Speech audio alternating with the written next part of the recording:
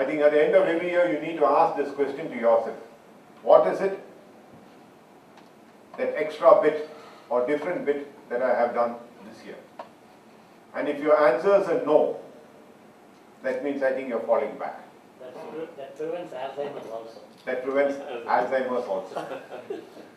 And So this then- is dementia.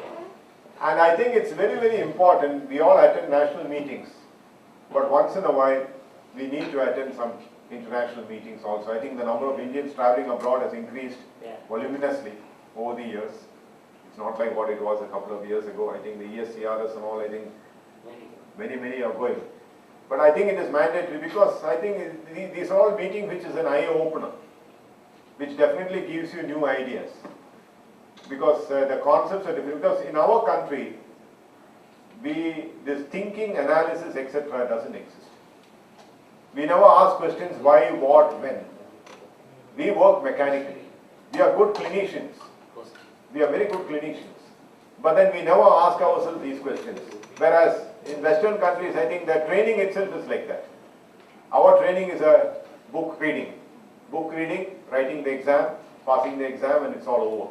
So this analysis, unfortunately, is not there. And I think this is where they are ahead of us. And this is where probably they are able to publish so much and we publish so little.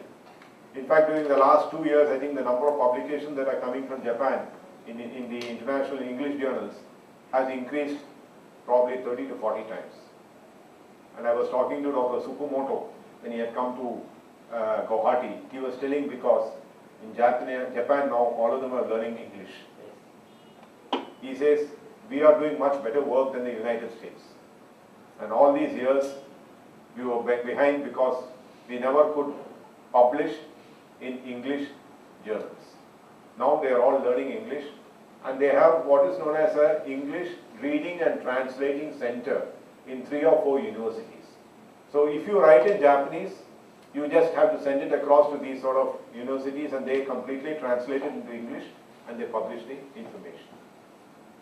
So, unfortunately, in our type of a work, our type of a training, this is not being inculcated to a large extent. In fact, the thesis itself is not given any importance.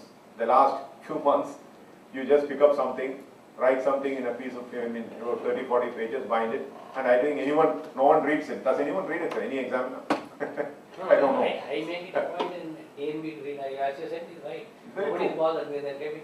No, but one thing could be awareness in ARC.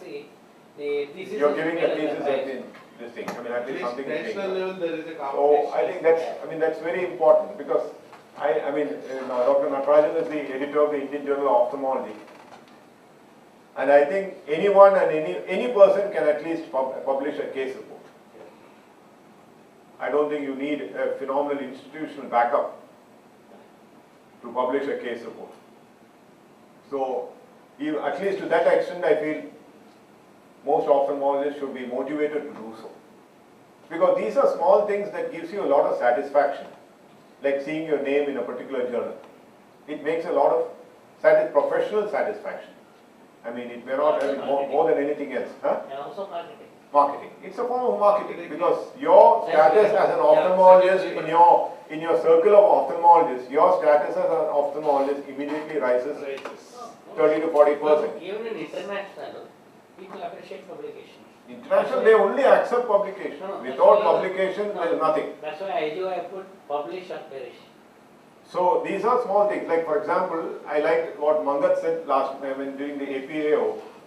He was given a particular symposium, and what he did was he went into the internet to see contributions in the Asia Pacific region by each topic, And based on that, he invited the speakers. He said, otherwise, I don't know anyone much.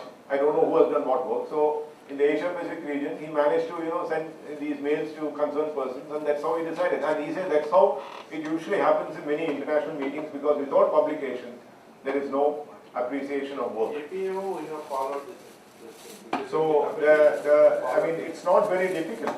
It's not very difficult. And at least in case, because you can send your patient for basic other investigations to anywhere. For a color photography or a slit lamp photography, anywhere. And these are small things that can really make a world of difference to your practice. Not So- only that, as a routine, if you are seeing cases and disposing, it will not serve the purpose. You need to identify any differentiating feature and then try to disseminate that knowledge to others. That's where you can improve even in a single solo practitioner. He can also publish if he has an open mind.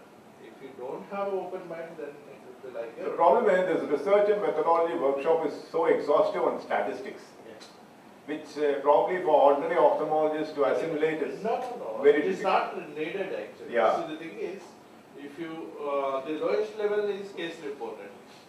And 3-4 cases, statistics is not. Not required. No, what I'm saying is, to give an impetus to that in your All India meeting, you can plan a small session where, no, but then that is having all the statistics. No. That is a 2-day workshop, but all India we are doing 3-hour session.